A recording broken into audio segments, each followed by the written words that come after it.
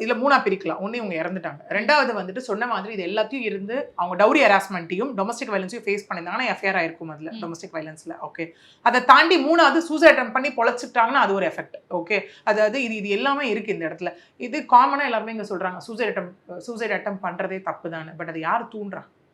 அந்த விஷயம் ஒண்ணு இருக்குல்ல. ஏன்னா நீங்க ஒருத்தர் கத்தியால தான் எடுத்து குத்தணும்ன்றது கிடையாது. நீ செத்துரு சொன்னாலும் அந்த இடத்துல அதுதான் விஷயம். யாரோ மனம் உடைந்து எங்கேயோ ஒரு இடத்துல வந்துட்டு போயிட்டு இறந்துறது இல்லையா? அது எல்லாமே இதுதான் ஒரு இன்ஸ்டிகேட்டிங் பாயிண்ட் அந்த இடத்துல இருக்கு இல்லையா? ஸோ இவங்களுக்கு பார்க்கும்போது கண்டிப்பா நம்ம 7, 10 அந்த மாதிரி மேக்ஸிமம் வரைக்கும் பனிஷ்மெண்ட்ஸ் 20 years வரைக்கும் கூட டிபெண்ட்ஸ் வித் தி சர்க்கம்ஸ்டன்சஸ் எந்த மாதிரி இருக்கு, இது என்ன மாதிரி டிஸ்பியூட், அந்த விஷயங்கள் எல்லாமே வச்சுதான் இங்க டிசைட் ஆக போகுது இந்த கேஸ்ல. அதுக்காக அவங்க அப்படியே விட்டுடப்பட போறாங்களான்னு கேட்டா கண்டிப்பா கிடையாது. For sure they'll be punished.